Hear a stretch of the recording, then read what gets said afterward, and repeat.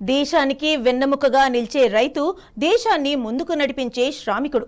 ఈ ఇద్దరు కలిసి పంట పొలాల మధ్య జాతీయ పండుగను ఘనంగా జరుపుకున్నారు. భద్రాద్రి కొత్తగూడెం జిల్లా చర్ల మండలం కొత్తగూడెం గ్రామంలో వ్యవసాయ కూలీల ఆధ్వర్యంలో స్వాతంత్ర దినోత్సవ వేడుకలను వినూత్నంగా నిర్వహించారు. చిమిడి నాగేశ్వరరావు ఆధ్వర్యంలో జరిగిన ఈ కార్యక్రమంలో నిత్యం చెమటోడ్చిన సమాజానికి అన్నం పెట్టే రైతులు, కూలీలు, గ్రామస్తులు కలిసి పచ్చని పంటల పొలాల మధ్య మువ్వెన్నెల జెండాను ఆవిష్కరించారు. జాతీయ గీతాన్ని ఆలపించి జెండా వందనం చేశారు.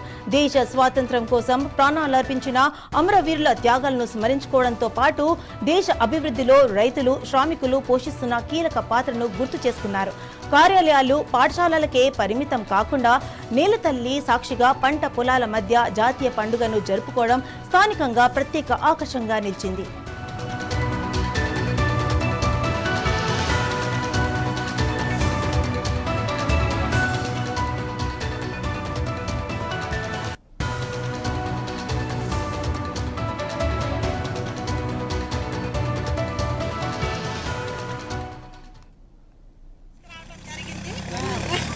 అయితే 1989 పూర్తి చేసుకొని 1980 మన స్వతంత్ర దినోత్సవ జెండాను ఎగరేయడం జరిగింది.